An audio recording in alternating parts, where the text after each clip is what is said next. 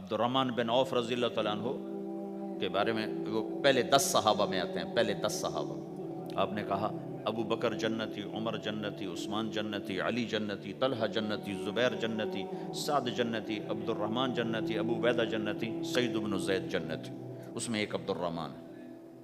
جب ان کا انتقال ہوا تو انہوں نے 3 ارب 10 کروڑ 20 لاکھ دینار چھوڑے ترکا. ہمیں تو بڑا بیوقوف بنایا گیا، کاغذ کو کرنسی بنا کے دے دیا. کاغذ، کرنسی تو سونا ہوتا ہے جی، کرنسی تو سونے اور چاندی کو کہتے ہیں، کاغذ کے ٹکڑے کو تو کرنسی نہیں کہتے.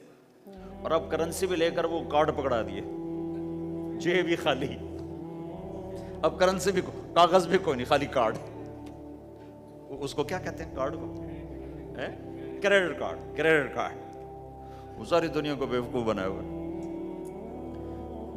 یا تو کاغذ پکڑائے ہوئے ہیں یا کارڈ.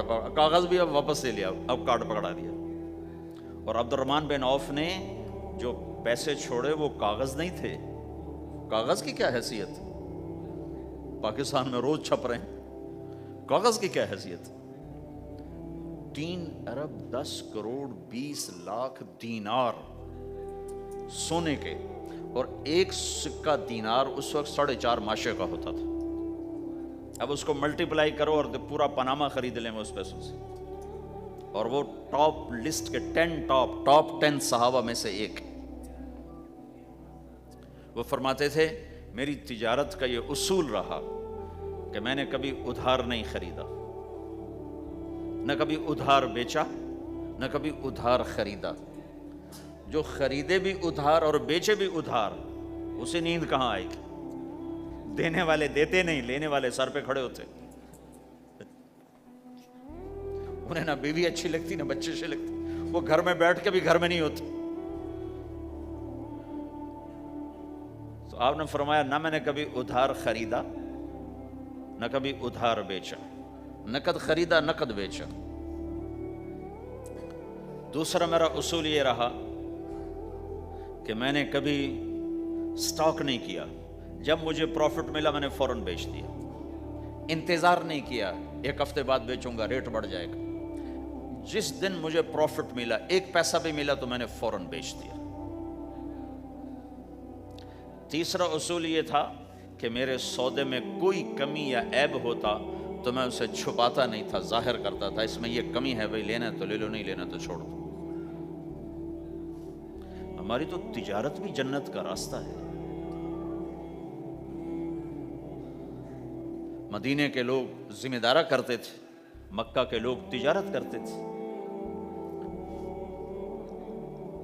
ان کی زراعت اور تجارت دین کے پھیلنے کا ذریعہ بن گئے. عبد الرحمن بن عوف رضی اللہ عنہ کا مال اللہ کے دین کے کام آیا.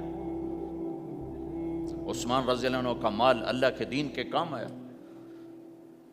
جنگ تبوک میں 10,000 آدمیوں کا سامان حضرت عثمان اکیلے نے دیا.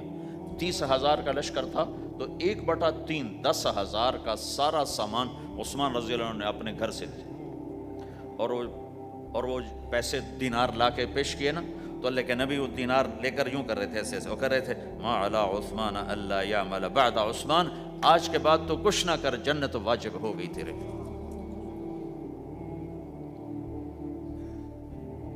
تو بھائیو، ہمارا دین صرف ہمیں عبادت نہیں بتاتا، بازار کی زندگی بتاتا ہے کہ مسلمان بازار میں کیسے ہوتا ہے. کسی کے ہاں ملازم ہے تو اس کی نوکری کیسی ہوتی ہے، اس کی دیانت کیسی ہوتی ہے، اس کا بول کیسا ہوتا ہے.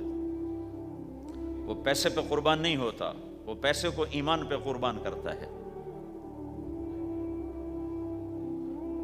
تو آپ کی تجارت بھی دین کے پھیلنے کا ذریعہ بنے گی.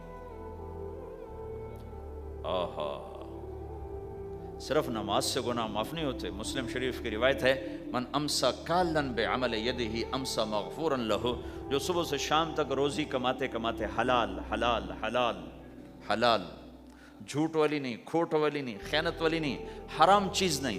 حرام چیز کا بیچنا بھی حرام ہے، خریدنا بھی حرام ہے، اس کا پروفٹ بھی حرام ہے.